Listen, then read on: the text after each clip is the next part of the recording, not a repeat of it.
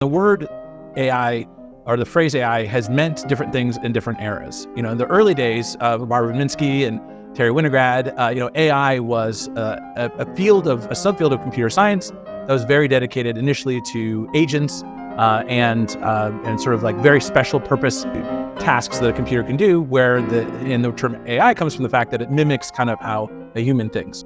People, I think, have a hard time with change, period. Regardless, look at the history of when the telephone first came out. Today the telephone is completely innocuous. People are completely comfortable with it. But the first version of the telephone scared the crap out of people. And that if you literally look at every major technological breakthrough, it's going through the exact same phase we are going through today. So it's probably wired into our DNA. Like we're evolutionarily, we're designed to be fearful of change. We like routine, we like pattern. It helps us survive. So I think it's like a deep psychological trait that for the most part has served us well evolutionarily as a species of hunter-gatherers for many, many years, and try to avoid, which is a common mistake that entrepreneurs make, which is they go off into a metaphorical ivory tower. They think of some grand vision, and then they spend months toiling away without any user feedback on their grand vision.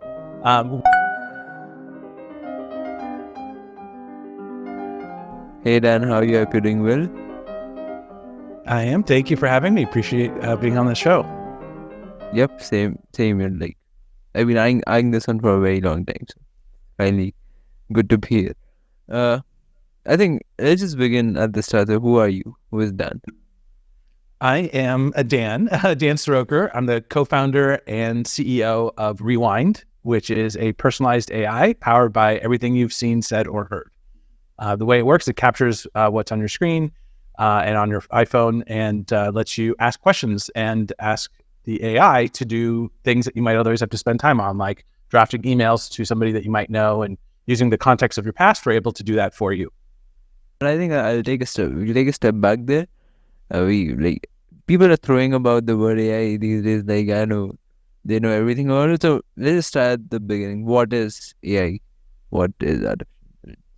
Yeah, so artificial intelligence has been around for many decades, and the word AI or the phrase AI has meant different things in different eras. In the early days of Barbara Minsky and Terry Winograd, AI was a subfield of computer science that was very dedicated initially to agents and sort of like very special purpose AI tasks that a computer can do, where the term AI comes from the fact that it mimics kind of how a human thinks.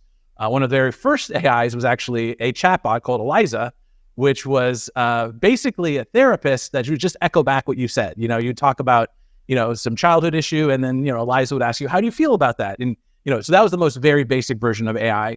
Over the years, things that were once AI have become no longer AI when they become so common that they're just considered part of programming and part of computer science. So there's a whole list of like dozens of things that are now just considered computer science or program that was once AI. And so today what AI refers to is kind of the frontier edge of what technology can do. In particular, large language models is now, when people say AI, it's kind of indistinguishable for large language models. But that phenomenon is only about a year old. Before that, AI meant deep learning. And before that, AI probably meant something like support vector machines. And, so that term broadly changes over time based off of what is on the frontier of technology. You mentioned the meaning of AI has changed over time. What do you think will its meaning become in 10 years, 20 years from now? Yeah, I think AI, soon AI, and a subfield of AI is AGI, artificial general intelligence, and a subfield meaning it is a very narrow part in the sense that it's trying to achieve one thing, which is a machine that is as good or better than humans. Some people define AGI as, can meaningfully do any economically valuable task better than the average human. Other people define it as better than all humans or the best human. But it's some version of a machine that does things that are so exceptionally well that it's almost indistinguishable from from a human doing that task.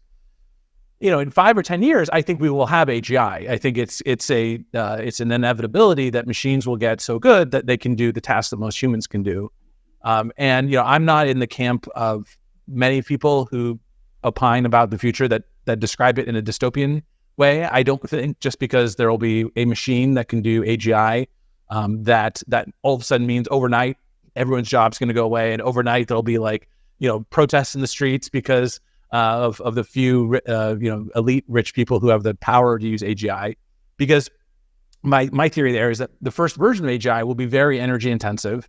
It will be very slow, and it will be able to do what a human can do, but not nearly as fast or as efficient as a human can. So I think we'll have more time to transition to a world where machines do more in society than humans. But I think that will be a net good for society, not a net bad. That's my prediction. Why do you think that? I just look at the history of technology. Technology, every time a new technology comes about, there's a very familiar 4 stages of societal reaction. I've coined the acronym SAFE, SAFE, to describe the societal reaction. Usually the first stage is shock. Oh my gosh, we've got horseless carriages. What's going to happen if the whole street is full of cars? However will we survive? And then shock leads to awe. It's kind of this it's almost like how do we live in a world that's changed so much? Then there's inevitable fear. Will this new technology kill me? Will self-driving cars kill me? And eventually it'll become expected. And expected in the sense that people will very quickly forget that anyone was afraid of that technology.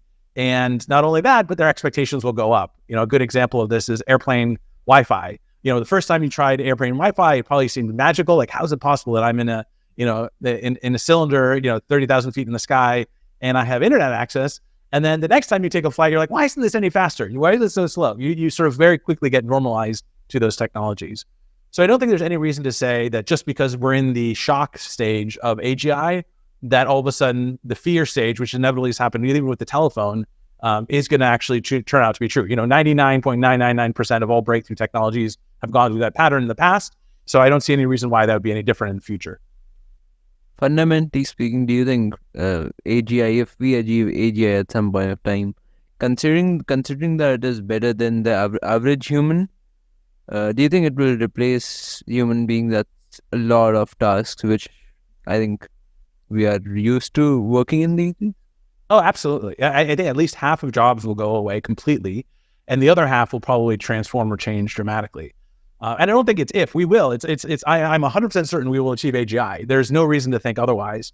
And I do think that, the reason people react so strongly to that scenario is because it is a big change, not because it's fundamentally disastrous for society. I think if you just look at the history of technology, people thought of the same way people think of AGI, that they thought of every major breakthrough in the past. So I don't see any reason why, just because AGI, maybe the best way to describe it is with a thought experiment. Every day, there are new humans being born. A human, by definition, has the capability of AGI. It can do what a human can do. And just because every day new humans are born and, after 10 years or 20 years, they get educated, does that dramatically change the world? No, in fact, it's kind of the opposite. We're running out of humans. Like, the population will soon be in decline if we don't produce many societies. There'll be disastrous outcomes because we have too few humans. So the idea that all of a sudden a computer can do what a human can do, and that overnight something would change, I think is a bit of a leap of faith, given that every day, I don't know what number is, probably millions of humans, I don't know, hundreds of thousands at least, are born. And after a few decades, they're pretty productive in society. But so what? So that happens, and they can do things, they can work. And yeah, maybe AGI will be a little bit faster eventually, but I don't think that it implies necessarily, existential dread for society. What is the difference between AGI and ASI? Artificial superintelligence. Superintelligence is this idea that AGI, once it exists, will be able to improve itself and thereby exponentially get faster and better. This is a term, the singularity was a term popularized by Ray Kurzweil, talking about the law of accelerating returns. And I think there is some theoretical merit to that argument, but in practice, just because a machine can make itself better doesn't mean it necessarily will. And just because that's possible doesn't mean it will actually be probable. I do think if you just look at the physics of what it would take to produce an AGI today, without some major breakthroughs in quantum computing or a new substrate for compute, like, there's only so much, fundamental inference that can happen that can actually, and it takes already, inference takes quite a bit of compute and a cost for things like ChatGPT. To think that all of a sudden just the energy problem will be solved, I think is a bit of a leap of faith. So, I do think at some point computers will be smarter than humans. I think it's a very sort of anthropomorphic centric view to think that somehow we're special creatures, that humans are somehow better than all other species, and that, we have some right to supremacy. Even if so I think that it's a very narrow, worldview to think that all of a sudden, we will always be the smartest things that exist. And I think we shouldn't fear the fact that we'll given birth to something smarter than us. I think for the most part, that thing will likely not have the baggage of, being a social species. Humans dominate each other because we're a social species, and that's just, evolved into our DNA. But if you look at chimpanzees, they're also social species, but baboons aren't. Baboons don't have any desire to dominate other animals. They have no, and so why do we think that an AGI or even artificial superintelligence would have the need to dominate? If more than anything, I think they would probably they wouldn't even really care about humans to the extent that humans have no meaning to them other than another species that happens to consume a little bit of energy that they may want for themselves. But the aspect of not caring for anyone else is what caused, I think, the safety concerns and Biden to issue exactly or all these things which affects the industry as a whole. So what are your thoughts on the regulation for AI? Yeah, I think most of that is regulatory capture by the big companies. I don't think government regulation, first of all, government regulation will not prevent existential dread or doom. Like it's foolish to think it will actually do the thing it's designed to do. More likely than not, it will create hurdles for early stage startups to compete with large incumbents, including Microsoft and probably Google and even OpenAI. So I think it's just, to think that like somehow the government knows how to predict the future better than technologists, I think is kind of is sort of laughable. And again, if you look at the history of these things, you look at the history of regulation, almost always it's some version of regulatory capture by large companies. So I don't think that we should put any merit into just because the government did something, therefore something societally. Like I have no confidence in the government's ability to predict that. I also think that there's a lot of money to be made in creating fear, uncertainty, and doubt. So I think you have to look at people's incentives and motivations and the economic drivers of the zeitgeist today, and look with more of a skeptical eye, like who has something to gain by making AI scary? There's a lot of companies who have something to gain by making AI scary. A lot of individuals, and those tend to be the ones that are pushing for regulatory capture. So that's my take on the government's. I don't think, first of all, have any positive impact, and more likely than not, will probably have negative impact. Why do you think there are so many people afraid of AI becoming or achieving AGI or AI becoming smarter than humans? People, I think, have a hard time with change, period. Regardless, look at the history of when the telephone first came out. Today the telephone is completely innocuous. People are completely comfortable with it. But the first version of the telephone scared the crap out of people. And that if you literally look at every major technological breakthrough, it's going through the exact same phase we are going through today. So it's probably wired into our DNA. Like we're evolutionarily, we're designed to be fearful of change. We like routine, we like pattern. It helps us survive. So I think it's like a deep psychological trait that for the most part has served us well evolutionarily as a species of hunter-gatherers for many, many years. And but it's holding us back now for sure. Like I don't think people are really thinking with a clear mind and clear eye toward the future. And certainly they're not looking at all the good that AGI can produce compared to what they fear is the bad. You mentioned a lot about the past, the breakthroughs that have been made in the past. Do you think that humans or we in general, everyone in general creates a pattern bias in themselves that analyzes the past historical events and tries to predict the future using those? Do you think that because of that we are being limited in the amount of innovation that we are doing right now? I don't think most people know the past. Most people don't know history. Most people certainly don't know the history of technology, or they would be laughing at themselves for how ludicrous their claims are in public. There's a whole, there's on Twitter, now known X, there's a Twitter account you can follow called the Pessimist Archive, which describes like every day they post some like ridiculous thing from 50 years ago or 30 years ago, or even sometimes 10 years ago around how people were all up in arms around, oh my gosh, what's going to happen in the future? Like the internet, it's going to make us all, it's going to take away our jobs. I think there's definitely a pattern there that most people are unaware of, not aware of. I don't think people are students of history. I don't think people care enough. And certainly new generations of people who weren't around for that history certainly don't have an intuition for it. So in that sense, I don't think history is limiting our ability to innovate or think about new technology. More than anything, it's our fear, it's our ingrained desire for maintaining the status quo, and the lack of people out there pushing the boundaries. I mean, there are very few people like Elon Musk who want to, revolutionize entire industries and are willing to risk everything to do it in a way that everyone thought was crazy. Even he said he thought the chances of survival of both Tesla and SpaceX, I think he said, were about 10%. So I think that's what's limiting us, is there's very few Elon Musks out there compared to the vast majority of people who just view change as scary. Why do you think are there not more Elon Musk out there? Partly because of the conformity that education instills in people. Every society is different, but at least in the United States, you're taught to sit down, pay attention, follow the rules, take the test, and you're actually sold an illusion. You're sold this illusion of the achievement illusion, which is do well in school, take a test, get into a good college, take on debt, go to a good grad school, and therefore, and your life will be prosperous. You'll be able to find your spouse and buy a house and have a great job.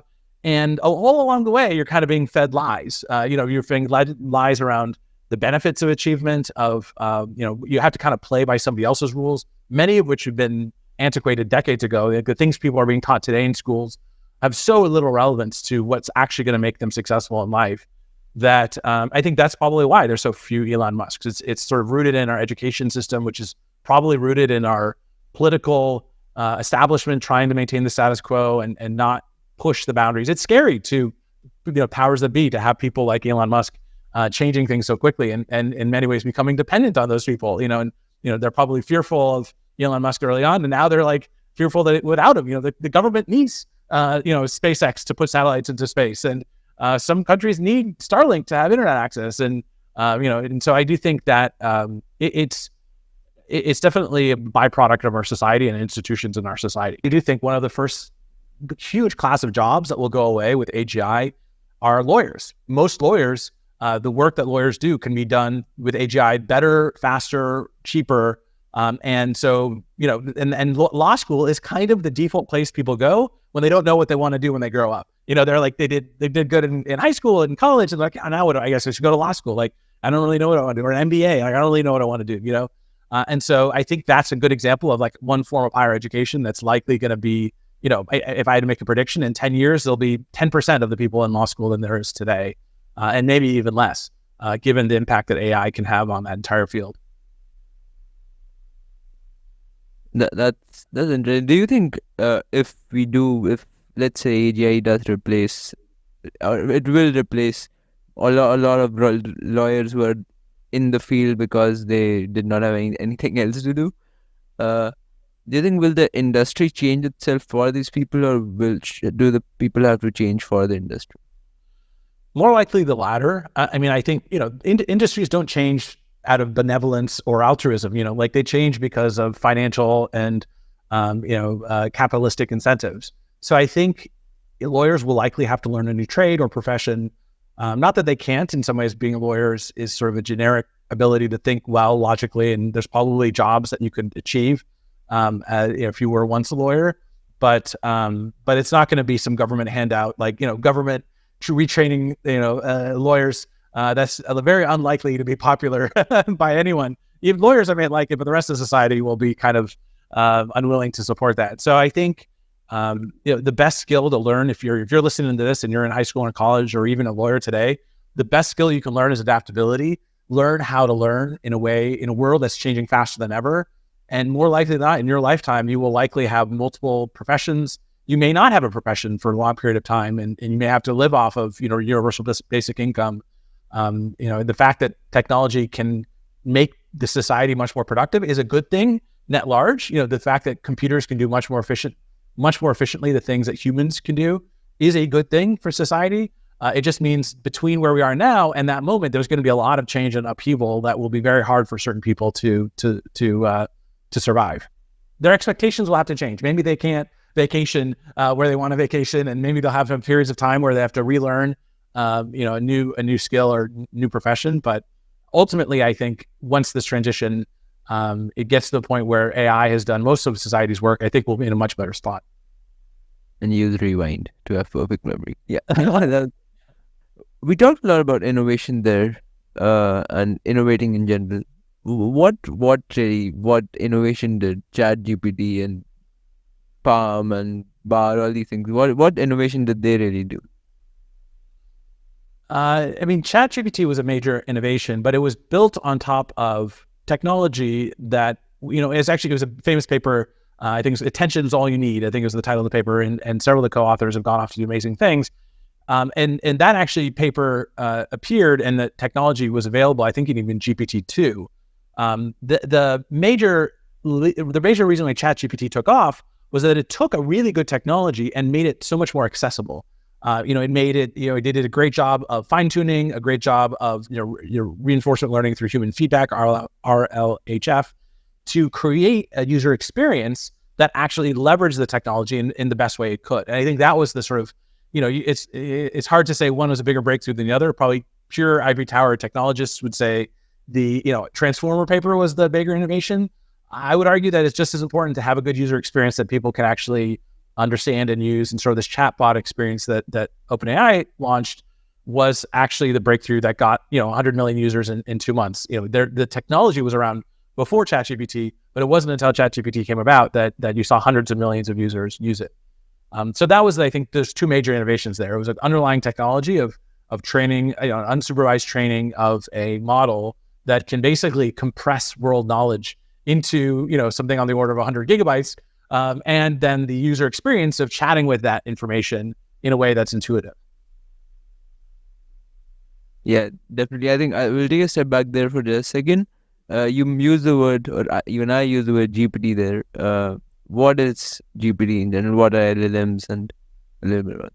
Yeah, so large language models are, most basically, they're basically a large comma-separated file of parameters, usually in order of billions, and that usually, if you store it on your disk, if it's one more open source libraries, you're talking about hundreds of gigabytes of parameters, and those parameters are basically weights that the model, or I should say that the transformer or the inference step will use to essentially complete a prompt. You can think about the job of a large language model. There's several stages of what a large language model does, but at its most basic level, it is created through the process of consuming vast amounts of data, mostly the data that's on the internet, but also sometimes private sets of data.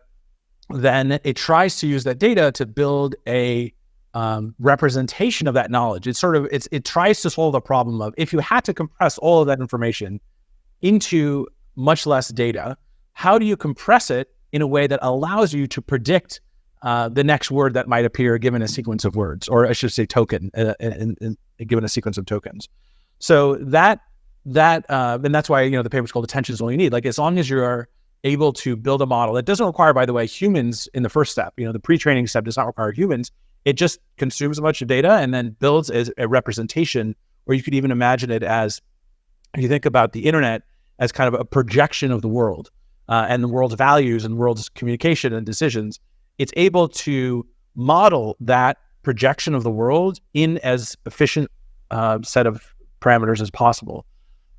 So what a GPT does, it allows you to train. That's the first step. It create this giant model, and then you use fine tuning to sort of give it purpose. You give it a job to be done. If you just use the pre-training step of a large language model and you gave it words, it wouldn't do anything. It would just keep completing what it thinks probabilistically is the final completion of those words. The fine-tuning step, and especially the reinforcement through human feedback, then turns it into an assistant. And that's the part that people, I think, really resonate with, is sort of this assistant experience with a large language model, where they can ask it any question and essentially tries to answer that question using what it's learned from compressing everything on the internet into a model. Does that make sense?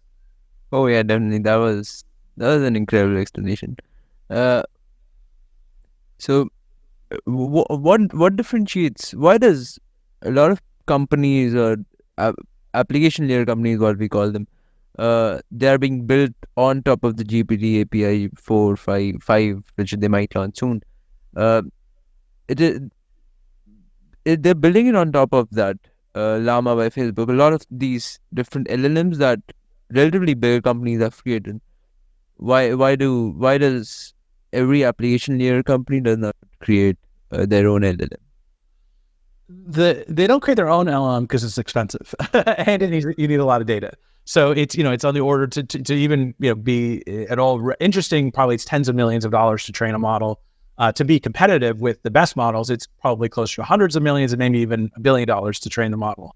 So and not only that, but you need access to a huge, vast data set, like every piece of text on the internet, or in the case of Grok, every tweet ever tweeted on Twitter. So that's just not realistic for most apps. And not only that, but it's also not necessary. Like you can, with the data, for example, with Rewind, the data we have is everything you've seen, said, or heard as a person. If you use that data set and use what's called RAG, retrieval augmented generation, to use the context window of a large language model to put the context that you need to answer a question, that actually works just as well, maybe even works better in some cases than training the model on all of that data. So, in some ways, you can think of a large language model as an amazing reasoning engine.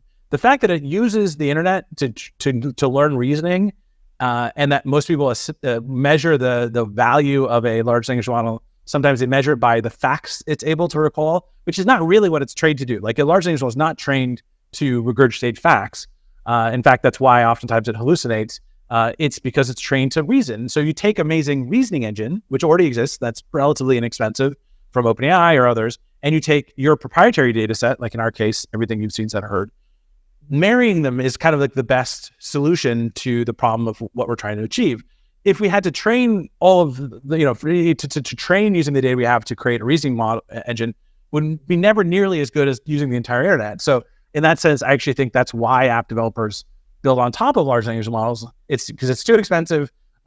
You need a lot of data, and oftentimes it may actually be a worse outcome than just using the model that's already been built for you. Till what point do you think will Rewind be dependent upon the GPT API? Well, today we use both Anthropic and OpenAI. We're very lucky to sort of stand on the shoulders of giants. They were competing with each other, so we'll never be beholden to one platform in that sense. There's always going to be competition, which is frankly really good for us. You kind of want the underlying technology to use to be commoditized down to zero over time. So in that sense, it's also again very similar to the internet or early web. You could have asked the question you just asked of Jeff Bezos back in 1999. Like, to what extent is Amazon dependent on Cisco? Isn't Cisco going to be like the really important to you guys? Well, not really. They're just the router. They're the dumb pipes. And some people buy Cisco routers, but does Amazon care whether the underlying ability to buy a book on the internet is through Cisco router or through some Meraki router? Not really. And that's kind of how I think apps today will think of large language models. It'll be an important part of the infrastructure. Like, it wouldn't work without the Cisco routers. Like, you couldn't buy a book online without physical Cisco router somewhere along the wire. But it's not going to be like what the walled gardens like Apple ecosystem is today. Why are you using both OpenAI and Anthropic? Right now, both have strengths and weaknesses. We started using Anthropic because of the much larger context window. So we use Anthropic for things like meeting summarization. So that was a really good use case. We tried, GPT-4 for that, and the context window wasn't large enough. I think the most recent version of GPT-4 has a larger context window, so we may try that again. But we're just using whatever is the best tool we can use, we will use underneath the hood. Definitely. I think if a person has decided what technology they have to use, what does the development process really look like? I think you have built Optimizely in the past and you've worked on a ton of things.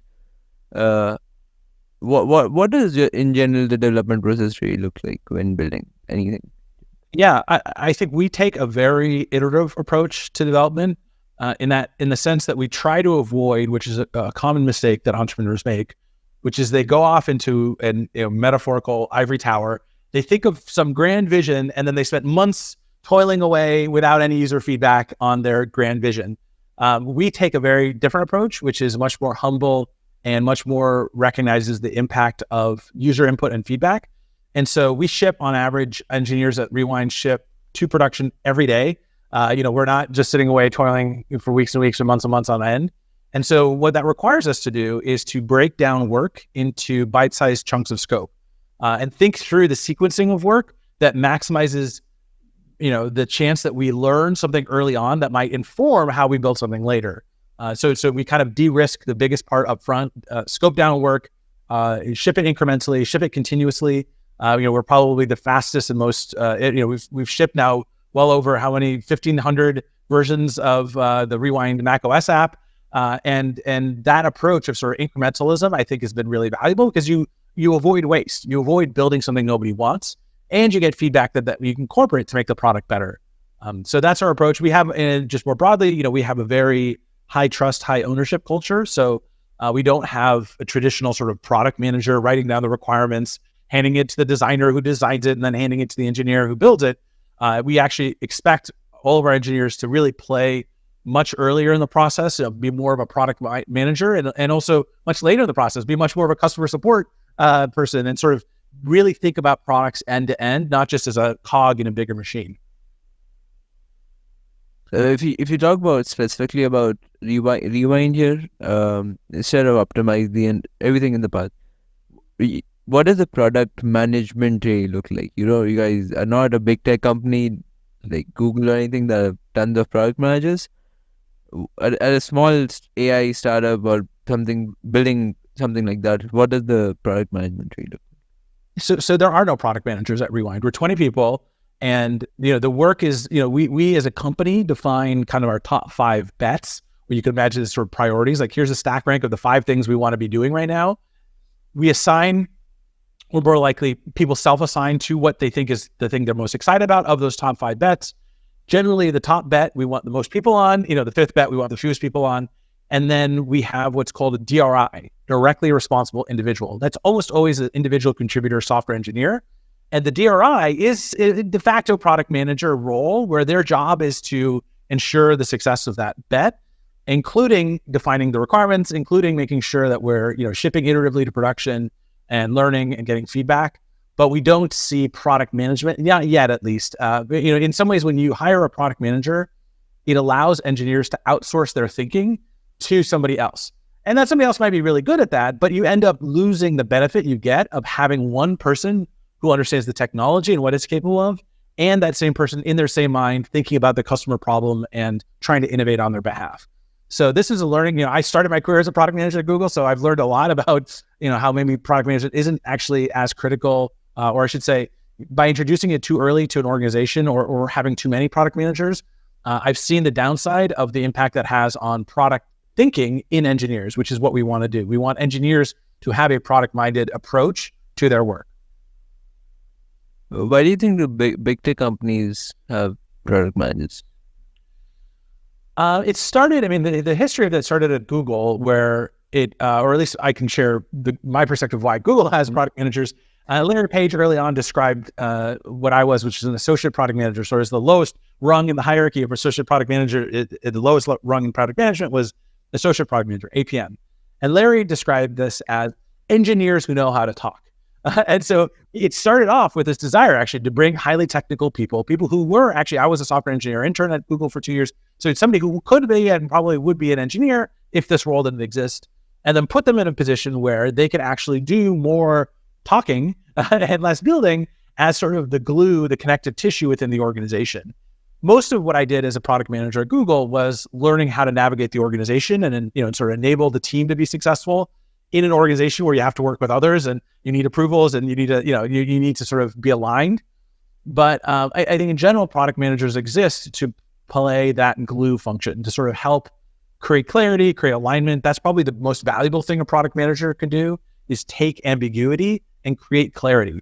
That's the thing people seek and will make them more productive, more effective. The best product managers can make it so that an engineer knows exactly what to do, knows exactly why to do it, what the problem is, and removes all other obstacles out of their way. But isn't that a good thing? Having the people who are actually working, the engineers and the designers and all sort of things, just have to focus on the work that they are doing, and there is a separate person who is managing everything that sticks between.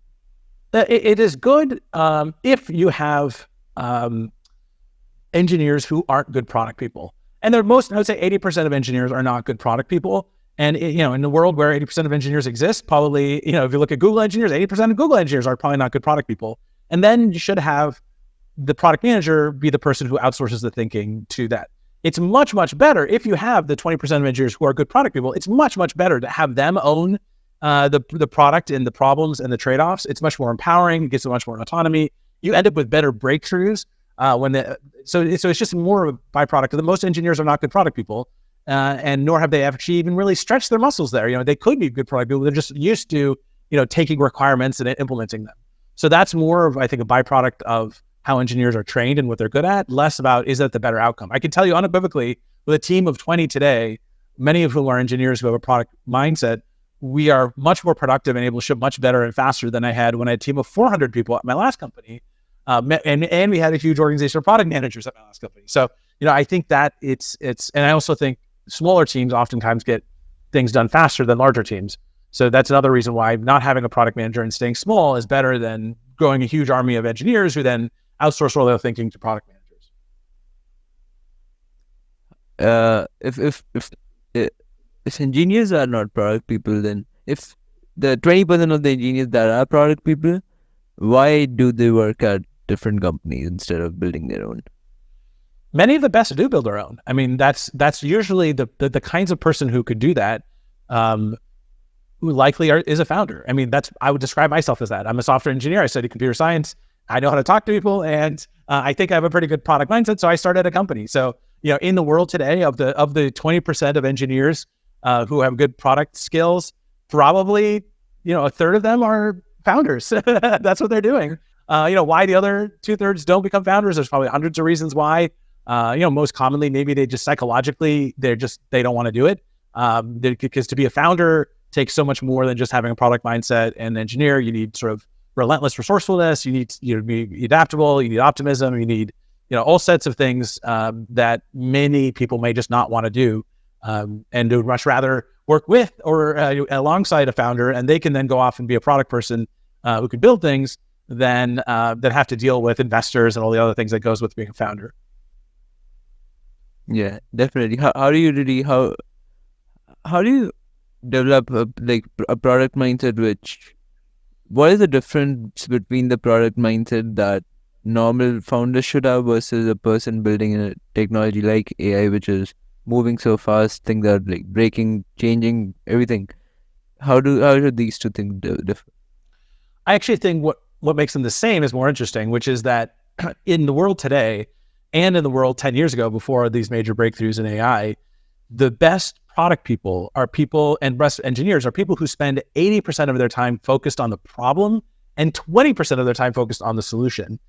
The typical Google engineer, and I don't mean to say this disparaging, I just worked at Google, so I saw this. The typical Google engineer would spend 80% of their time thinking about the solution, the sophistication of their technology, the architecture, and 20% of their time on the problem.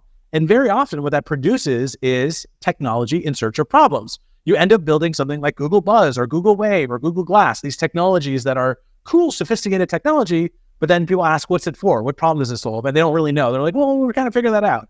And so I think that's what ends up happening in a world today where things are changing faster than ever. You need to, it's the same ethos, but 10 times as important. You need to be just as focused on the problem. What is the problem you're trying to solve? Don't fall in love with the sophistication of the technology, which is, by the way, why engineers have a hard time being product people, is they build the technology. So it's very hard to say to yourself, to not have this bias, this sort of like sunk cost fallacy of like, oh, I built all that. Like, it's got to be what we use, as opposed to most good product-minded engineers will say, well, so let's throw all that out. Let's start from scratch, knowing what we just learned, and not have this bias or this, clinging to the past of the technology, the sophistication of the technology you built.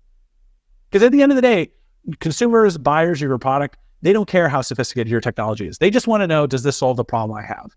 And if it doesn't solve it, it could be the most sophisticated thing in the world, doesn't solve the problem, they don't care. It can be the simplest technology. It doesn't have to, to them, it doesn't matter. As long as it solves a problem, it does a job that a buyer or user of your product wants to be done, then that's what means it's a successful product. How do you really look at it from the customer perspective as to what the customer really wants? The best book I can recommend on that topic is called The Mom Test, which is subtitled, How to Talk to Customers When Everyone's Lying to You. And it sort of teaches you this way of talking to users that avoids you biasing them. And the basic mistake most people make when they talk to users or talk to customers is they'll use some version of, hey, here's the product, what do you think? Or, hey, here's the product, would you use it?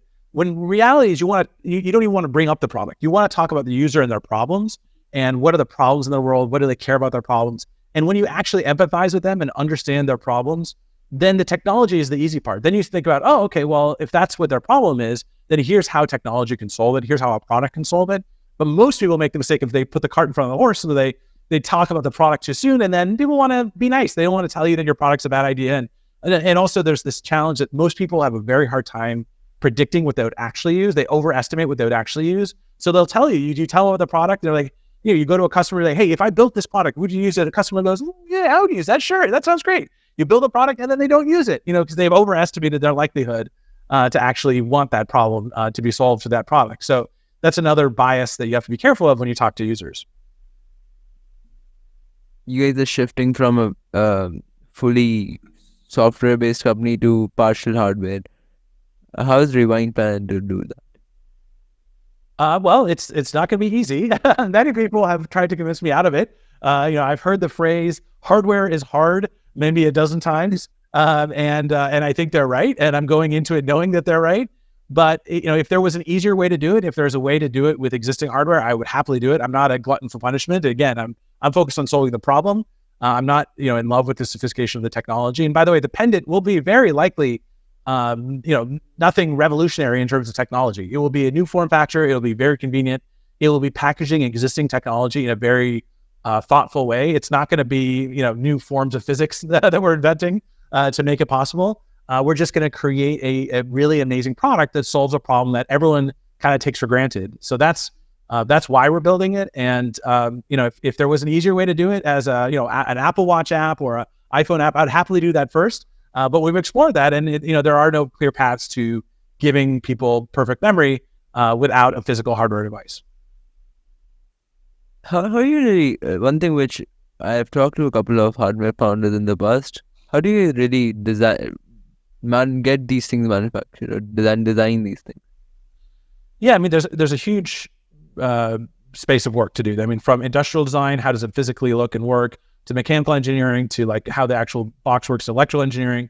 So there's a whole set of disciplines that are involved, and from ideation all the way through a period of time of prototyping, and then ultimately once you've prototyped a dog food, and oftentimes those early prototypes are very expensive to make. They're sort of handmade versions that cost way more to build than you'd actually charge. And eventually, once you're satisfied with the prototypes, then you go to sort of mass market production. You've got an assembly line of people building these things. So that's the traditional stages. For a startup, it's much harder. Most big companies like Apple have human beings whose specialized job is in this large, assembly line, including not just the physical assembly line, but all the way to the industrial design up front around the look and feel of the device. So for us as a startup, we're relying on third parties to help us, specialized skills that are important at each step along the way. And so that's how we're approaching it. And, and sure, we'll make lots of mistakes, but we're going to learn. And, if we're successful, I hope one day we'll be, as big or bigger than Apple and be able to do what they do with, having specialized labor within their company to do each step of the way. But for now, we're relying on consultants and contractors that we hire to do each step of the process. How are you manufacturing these things? Like what, like factories and all this? Yeah, so still finalizing a lot of the details of that, but very likely it will be through a ODM, outsource. Basically you sort of work with them to build high quality assembly line where they produce these things. You send that to a logistics provider here in the US, and that logistics provider ships out the devices. So it's we're not reinventing the wheel there. There's a whole industry of ways to do that efficiently and cost effectively. Definitely. Hardware is hard. I've played around with that.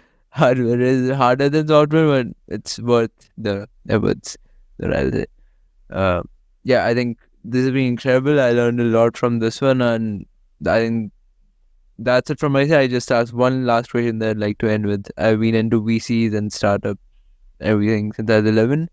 What do you think is one fact that would blow 11-year-old me mind?